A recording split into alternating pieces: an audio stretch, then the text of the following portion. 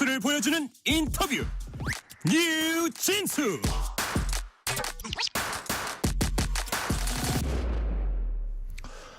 (21대) 대선 공식 선거운동이 오늘부터 시작됐습니다.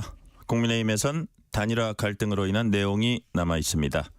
김문수 대선 후보는 사퇴한 권영세 비상대책위원장 후임으로 당내 최연소 의원인 초선 김용태 의원을 내정하고 권성동 원내대표를 유임시키는 등 당내 통합에 나섰습니다.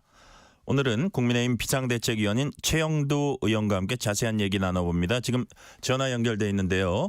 최영두 의원님 안녕하세요. 네, 안녕하십니까. 지금 많이 바쁘실 텐데 시간 내주셨습니다. 자, 네네. 선거운동 첫날인데 어디서 네. 열심히 뛰고 계십니까? 예, 저희는 지금 경남 제가 그 공동선대 본부장이어서 네. 우리 경남 도당의 그 선거운동 본부 출범식을 네. 지금 우리 마산하프의 경남대학 앞에서 예. 지금 진행하고 있습니다. 이 경남대 앞에서 한 까닭은 이 경남대 앞 사거리가 오거리 대거리가 우리 경남에서는 가장 대표적인 젊음의 거리이기 때문에 그렇습니다. 그리고 그렇군요. 이 동네가 또 젊은 세대가 가장 많이 사는 최근에 5천 세대 넘게 큰 아파트 단지가 생기면서 젊은 세대가 많이 사는 곳이어서 네. 우리 이번 선거는 우리 다음 세대의 미래. 올해가 광복 80주년인데 광복 100주년이 될 때 그때 성인이 되어서 또 이 세상을 더 책임지고 살아갈 세대에게 빚 없고 더 건강하고 더 튼튼한 나라 물려주자는 그런 결의를 보여주기 위해서 네. 이 대학 앞에서 우리 경남 선대본 출범식을 했습니다. 네. 자, 지난 주말 상황 조금 짚어보고 갈게요. 국민의힘은 정말 긴박하게 돌아갔습니다. 단일화 둘러싼 당내 갈등 속에 초유의 후보 교체 시도, 당원 투표 부결까지. 자고 일어났더니 후보가 바뀌었고 또 자고 일어났더니 또 바뀌었고 뭐 이런 얘기까지 나올 정도였습니다. 자, 그 당 지도부 일원으로서 이 과정 어떻게 지켜보셨어요? 예, 이 단일화에 대한 우리 당원들과 또 지지자들의 열망을 실행하기 위해서 네. 여러 이제 노력을 다했습니다만 결과적으로 당원들의 결의로 네. 그런 노력이 이제 마지막 노력에서 당원들이 급변한 끝에 설 뻔했던 당을 몸표 세웠습니다. 네. 당초 이 단일화 노력은 우리 경선 때 가장 큰 공약 사항이기도 했고요.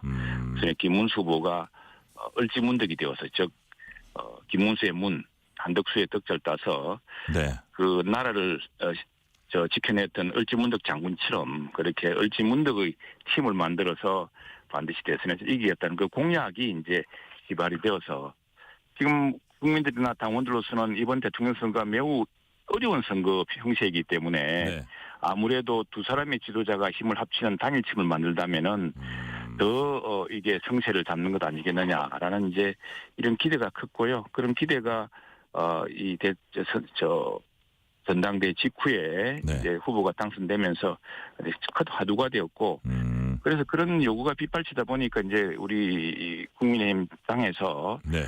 전체 당원들 상대로 전수조사를 했습니다. 네네. 한 20수만 명이 참여했던 그 응답 결과 80%가 훨씬 넘는 우리 당원 동지들이 책임 당원들이 꼭 후보 등록일 전에 단일화를 해야 된다. 네. 그랬는데 사실은 단일화라는 것은 양 후보 간에 이 합의가 있어야 되는 것이지 그게 강제할 수 있는 성격은 아닙니다. 아닌데 그런 단일화를 말하자면 조금 더 가속화시키기 위해서 네. 지금 단일화 논의를 빨리 서둘러 달라는 그 당원들의 열화와 같은 주문을 실현시키기 위한 여러 방편을 준비했던 것이고요. 그래서 나중에는 일자까지 정했죠. 9일, 10일이 이제 후보 등록일이니까 10일, 네. 11일이죠. 그러니까 세상 9일까지 해야 되는데 9일까지 그게 이루어지지 않았습니다. 않아서 9일 날 그러면은 이제 그 당원과 국민 일반 여론을 묻는 그 경쟁력 조사를 통해서 그러면 우리가 뽑겠다.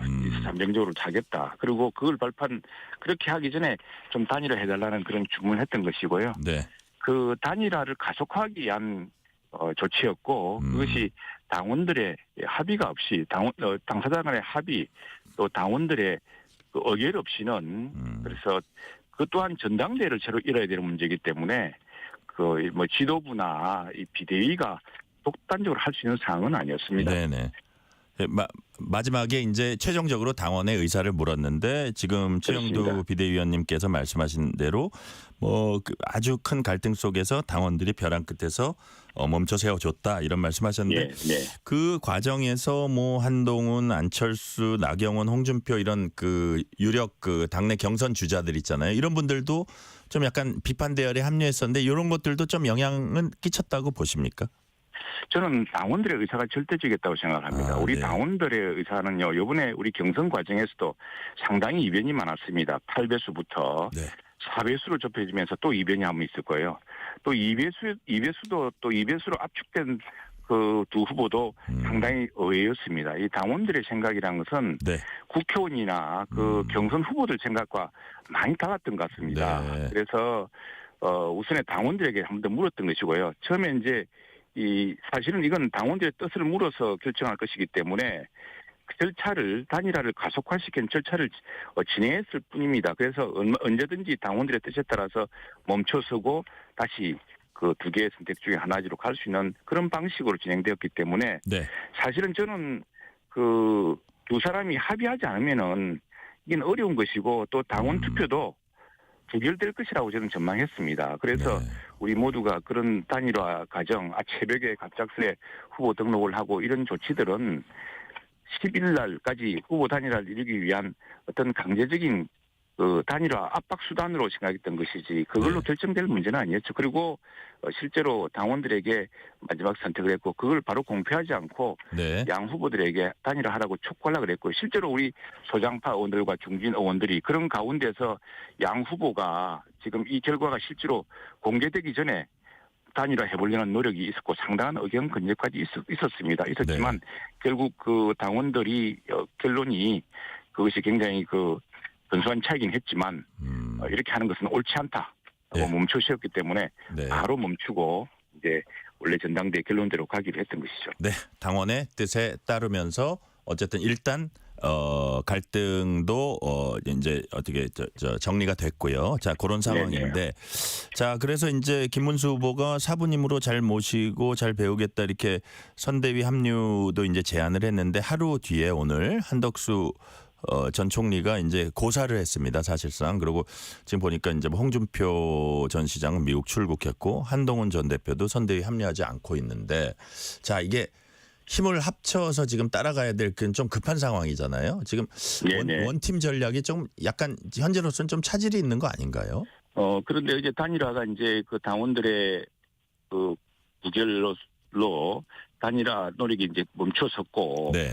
그러면서 사실은 김문수 후보가 네. 이제 후보로 등록하고 우리 한덕수 전 총리가 또 김문수 후보를 찾아가서 서로 껴안고 하지 않았습니까? 네네. 저는 그래서 비록 이게 그 후보 등록 이전에 자발적인 합의는 아니었지만 그 이후에 서로 힘을 합치는 모습이었다 생각합니다. 사실 한덕수 후보는 선대본부를 할 그런 이제 지도자는 아니죠. 지금 네. 우리가 한덕수 후보에게 많은 당원들이나 국민들이 기대하는 바는 우리 김문수 후보와 함께 나라의 안팎을 좀 더 튼튼하게 새롭게 만들어달라는 주문이거든요. 요구하는 바가 달랐다 말씀이시죠? 그렇습니다. 그래서 네.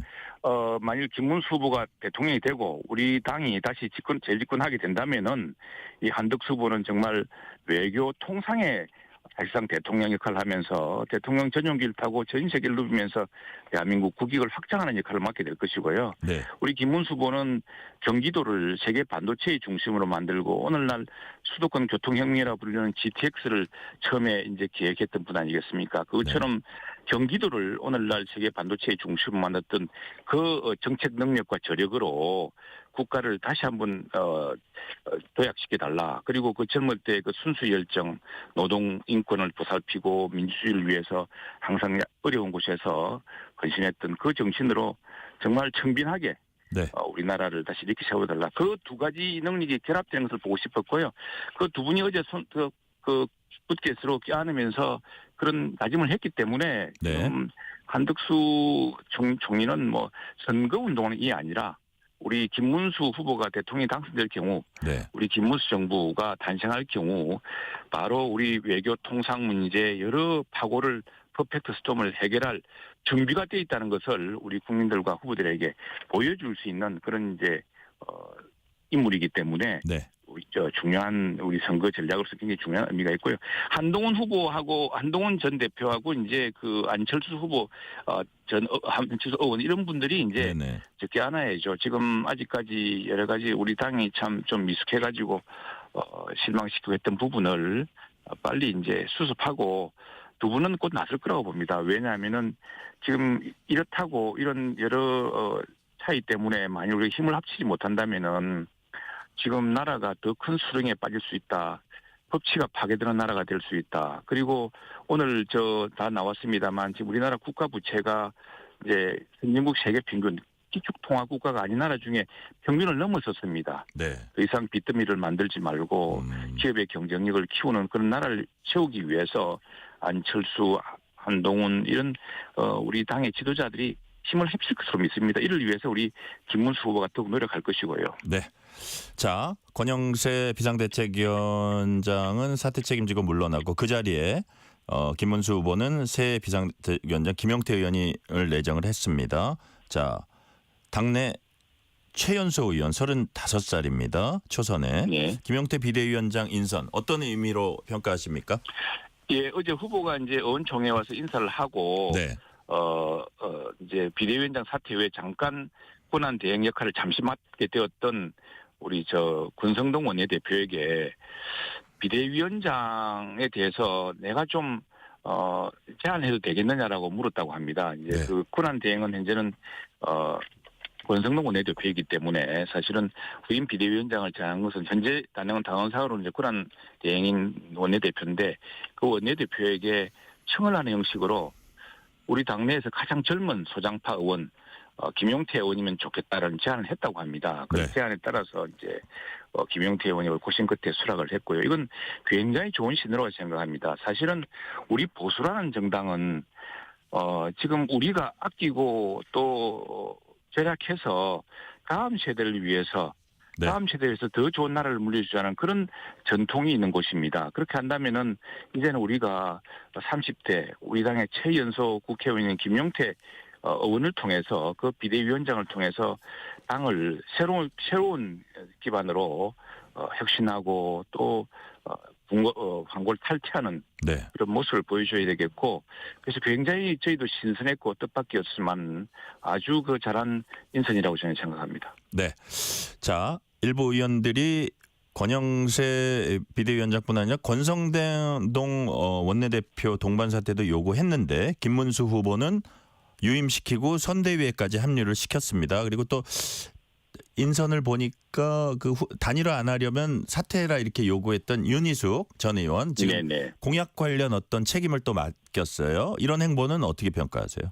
그래서 이제 더 크게 품겠다라고 이제 그 후보가 의원총회에서 말씀하셨는데 네. 그대로 실현한 것이죠. 그래서 사실은 김문수 후보 참 순수한 분이지 않습니까? 청빈한 분이기도 하고 네. 또 어떤 때는 참 답답할 정도로 소신과 뚝심이 또 가득한 분이지만 그 부분 정말 소탈하게 봤습니다. 그리고 사실은 권성동 원내대표도 단일화 추진 과정에서 다소 거친 물론 권성동 원내대표가 사과를 하긴 했습니다만 네. 그런 은사도 하고 했는데 개의치 않고 지금 이제 빨리 힘을 모아야 된다는 차원에서 크게 어제 직접 원내대표실 찾아서 네. 그런 당부를 했습니다. 물론 이제 원내대표는 의원총회에서 뽑는 겁니다. 그래서 후보든 비대위원장이든 간섭할 수가 없는 사안이지만 네. 그러나 후보가 지금 원내대표 선거할 시간이 어디 있습니까? 사실 이게 원내대표 선거가 굉장히 치열합니다. 국회의원 우리 107명 그렇죠. 전체를 상대로 하는 선거이기 때문에 그러게 되면 국회의원들이 지역구에서 지금 선거운동을 못하고 원내대표 선거에 매달리게 되는 일이 생깁니다. 예. 그건 대통령 선거하는 과정에서 맞지 않은 이야기죠. 거기에 대해서 먼저 후보가 딱 정리를 해줬고요. 그 논란을 이제 멈추게 한 것이죠. 네. 우선에 이겨야죠. 지고 나면은 모든 사람이 다 책임지게 되지 않겠습니까? 네. 자, 이 와중에 윤석열 전 대통령이 메시지를 냈습니다. 이겨야 한다 이런 메시지긴 했지만 왜 윤석열 대통령이 이 와중에 또 메시지를 내냐 이런 거에 대해서는 비판이 상당히 나왔어요. 육선의 조경태 의원이라든지 한동훈, 안철수 이런 분들도 좀 얘기를 했는데 자, 우리 최영두 의원님이 보시기에 이런 대선 한 3주 동안의 선거운동 기간 동안 윤 전 대통령과 어떤 관계가 설정돼야 된다고 보세요? 사실은 대통령과의 관계 설정의 문제는 탄핵 이전에 우리가 네. 1호 당원일 때는 굉장히 중요한 문제였지만 지금은 탄핵되어서 대통령직에서 지금 이제 물러났고 네. 또 형법 재판을 받고 있지 않습니까? 예. 더 이상 1호 당원도 아니고 평당원입니다. 평당원이지만 그러나 이제 지금 거기에 대한 여론이 따가울 수밖에 없는 것이 그리고 야당 쪽에서 계속 아마 공격을 할 겁니다. 그 부분을. 그렇죠. 예. 과거에 이제 노무현 대통령 때 현직 대통령 시절에 현직 대통령이 선거에 대해서 이렇게 정책 발언을 했다 그래서 탄핵 소추까지 당하지 않았습니까? 그렇죠. 예. 그래서 대통령이 선거에 대해서 뭐라고 이야기하는 것은 굉장히 조심스러운 대목입니다. 전직 대통령이지만 이 문제에 대해서는 국민들의 주목도가 다를 수가 있고 네. 또 그렇기 때문에 그건 뭐 자제하는 것이 좋다고 생각하고요. 아마 그런 이제 것들을 아마도 답답하고 안타까운 마음에서 뭐 그렇게 하시겠지만은 네. 이제는 뭐 그 이야기가 다시 나오지 않을 거라고 생각합니다. 네. 아까 이제 우리가 한동훈 전 대표의 선대위 합류 여부 이거 주목하고 있다는 얘기를 조금 나눴는데 보니까 이제 네. 세 가지 공개 요구를 했더라고요. 경선 과정에서 네네. 단일화 약속 어긴 거 사과해라. 계엄 탄핵 네. 반대했던 거 사과해라. 그리고 윤석열 전 대통령 부부 절연하고 뭐 출당 시켜라. 세 가지 요구를 했는데 자, 이런 것들이 마치 받아들여져야 자기가 선대위에 합류할 수 있는 명분이 있다 이런 걸로 좀 읽히는 부분도 있거든요. 그래서 우리 최영두 의원님이 보시기에는 이런 것들이 중도층 확장에 조금 필요하다고 보십니까? 어떻게 보십니까? 예, 우리 지금 선거에서는 한동훈 대표, 전 대표 그리고 안철수 전 의원 모두 중요합니다. 그리고 마지막에 가면은 이준석 지금 개혁신당 후보와도 힘을 합쳐야 될 정도로 지금 아주 판세가 어렵습니다. 그래서 사실은 보수는 좀 단합의 DNA가 있고 네. 원래 진보가 이 분열의 DNA가 있다 그랬는데 요즘은 자꾸 이렇게 분화되는데 나라가 어렵고 특히나 자칫하면 큰 법치주의가 무너질지 모르겠다라고 걱정하는 마당이기 때문에 힘을 합쳐야 되고요. 네. 저는 한동훈 전 대표가 요청했던 내용은 대부분 받아들여질 것으로 생각합니다. 특히 일부 내용은 이미 밝혔고요. 밝혔는데 그걸 좀 더 이제 한동훈 전 대표와 만나서 그런 네. 문제를 함께 풀어나가는 그런 이제 계기가 있겠죠. 첫 번째 계엄에 대해서는 김문수 후보는 단연코 반대했습니다. 계엄 만일 내가 국무회에 있었다면은 네. 사실 그날 국무회에 부르지 않았습니다. 김문수 후보를. 네. 아마 김문수 후보가 소신이 강해서 그 자리에서 바로 그냥 못하게 했을 거다. 반대해버리면은 난감해질 수가 있어 그런 거 아닌가. 뭐 지금 그런 짐작해 봅니다. 어쨌든 김문수 후보는 거기에 대해서는 분명하게 이야기를 했습니다. 계엄은 확실히 반대다. 네, 탄핵은 좀 달랐죠. 탄핵에 대해서는 이제 그 탄핵 소추의 방법 그건 이제 법리적으로 내란 수계로 소추했다가 스스로 처리하고 그러지 않았습니까? 네네. 그런 혼란에 대해서 탄핵 소추의 방법이라는 내용이 너무 난폭한 점에 대한 이야기겠죠. 그러나 네. 탄핵이 우리 당 전체가 탄핵이 인용되자마자 전부 승복하지 않았습니까? 승복한 사람이 탄핵에 대해서 다른 이야기를 한다는 것은 승복을 뒤집는다는 것이 되면 그건 있을 수 없는 일이죠. 네. 우리 당이 모두 승복했고 김문수 후보도 승복했다고 생각합니다. 자, 여론조사 잠깐 언급할게요. 리얼미터가 에너지경제신문 의뢰로 지난 7일에서 9일 사이 전국 만 18세 이상 유권자 1,508명 대상 무선 100% 자동 응답 방식으로 차기 대선 주자 선호도 조사해 보니까 이재명, 김문수, 이준석 3자 대결했더니 이재명 후보가 과반 이상 지지 얻었습니다. 자, 지금 뭐 많이 앞서가고 있고 뒤따라가고 있는데 자, 우리 최영두 의원님 보시기에 3주 남았습니다. 반전할 수 있다고 보시는지 만약 그렇다면 관건은 뭐라고 보십니까? 예. 우선 이제 한덕수 후보와가 아주 후보 등록 전에 아주 합의에 의한 단일화는 아니었지만 사실상 을지문덕 체제가 완성되었습니다. 두 분이 껴안고 서로 협력하기로 했던 만큼 저는 한덕수 후보에게 기대하던 그런 기대 심리가 기대가 그런 안정감이 이제 김문수 후보로 다시 모아질 거라 생각합니다. 그렇게 할 경우에 현재 30%대에 있는 것들이 30% 후반대로 올라갈 수 있다고 생각을 하고 여기에 한동훈 후보, 안철수 후보 특히 수도권에서 젊은 층에서 강하지 않습니까? 네. 이 후 두 분의 힘이 합쳐진다면은 그래서 막상 다음 주부터 수도권과 주요 격전지에서 유세를 시작할 경우에는 네. 이제 한번 해보자, 결집해보자 이렇게 그냥 법치주의를 허물어뜨리고 국가 부채를 마구 늘려서 미래 세대 특히 예. 이제 연금 때문에 참 젊은 세대는 걱정이 많지 않습니까? 네. 그런 세대들에게 걱정을 끼치지 않도록 정말 새로운 중심이 필요하다는 결의가 국민에 이제 선다면은 40%까지 회복할 수 있을 거라 생각합니다. 그럴 경우에 마지막으로 이제 이준석 후보와의 단일화 문제나 네. 또 공동의 연합의 문제 이런 것들이 제기될 거고요. 그래서 결국에는 상당히 접근할 것이라 봅니다. 근데 중요한 것은 역대 선거 보면 투표율입니다. 투표율을 우리 당을 지지했던 또 아직까지 투표나 지지자를 누굴 지지할지 결정하지 못한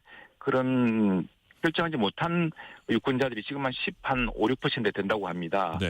그분들의 최종 이제 마음을 누가 붙잡느냐. 그건 아무래도 지금은 좀 뒤처져 있지만 새롭게 결의를 모으고 또 국가를 다시 일으키겠다. 광복 80년 이 나라가 여러 신상과 영역을 거쳤지만 이렇게 진전해 왔듯이 다시 한번 나라를 이렇게 세우자. 법치로 다시 나라를 세워야지. 어떤 사람은 힘 있다고 재판도 마구 연기하고 그 재판에서는 대법관을 불러서 혼내고 대법원을 아주 그냥 겁을 주는 그런 나라. 그래서 유권무죄의 나라를 만들 수는 없지 않느냐라는 결의도 높아질 거라 생각하고요. 특히나 무엇보다도 재정이 너무 어려운데 기업을 키우지 않고 마구 돈을 풀어서 다음 세대에게 깡통을 물려주려는 그런 정권 용납할 수 없다라는 그런 시민들의 각성도 높아질 거라 생각합니다. 네. 아까 이제 이준석 후보의 단일화 잠깐 말씀하셨는데 이준석 후보는 한사코 선을 긋고 있는데 종국의 가능성은 열려 있다고 보시는 거예요? 이준석 후보도 결국 어떤 나라를 만들 것이냐 여기에 대한 결심을 하지 않겠습니까? 저희는 이준석 후보가 우리 당에서 30대에서 당 대표로서 우리 당을 쇄신했고 우리 당에 여러 서운한 것이 많겠지만 그러나 지금 이재명의 나라는 어떤 나라가 될 것인가에 대해서 가장 비판적인 분 아니겠습니까? 네. 그런 부분들이 그러면 정말 이재명의 나라를 막기 위해서는 그렇게 해서는 어떻게 해야 될 것인가에 대한 최종 결단이 있을 거라 생각하고 그건 우리가 얼마나 열심히 성실하게 황골탈퇴의 노력을 다하고 또 이 선거에서 이기겠다는 그 진정성을 국민들에게 보여주느냐에 달려있다고 생각합니다. 오늘 공식 선거운동 시작됐습니다. 김문수 후보 새벽에 가락시장에서 유세 벌였습니다. 첫 유세입니다. 어떤 의미입니까? 예, 역시 가장 서민과 함께 하겠다는 그 의미라고 생각을 하고요.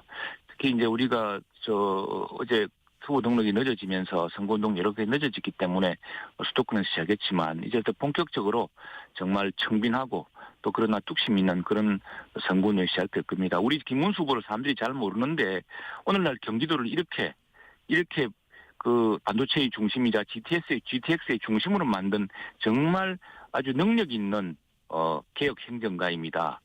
지금 그 다음에 그걸 이어받아서 여러 부정부패 사건에 연루됐던 다른 분이랑 다르죠. 그래서 그런 점들을 점점 알리기 위한 그런 뚝심이 시작될 것이고 특히나 젊을 때는 저 험한 곳에서 몸을 사리지 않고 민주주의와 노동인권을 위해서 일하지 않았습니까? 네. 그런 부분들이 국민들의 관심을 신뢰를 다시 얻기 시작할 것이라고 생각합니다. 네.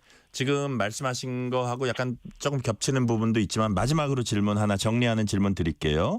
자, 네네. 김문수 후보가 민주당 이재명 후보에 비해서 갖는 강점은 무엇인지 그래서 김문수 후보가 대통령이 돼야 하는 이유는 무엇인지 좀 마지막으로 정리해 주세요.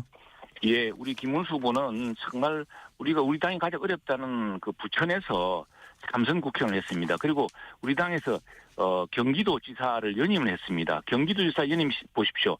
오늘날 경기도를 이렇게 크게 키운 그 기초를 우리 김문수 후보가 닦았습니다.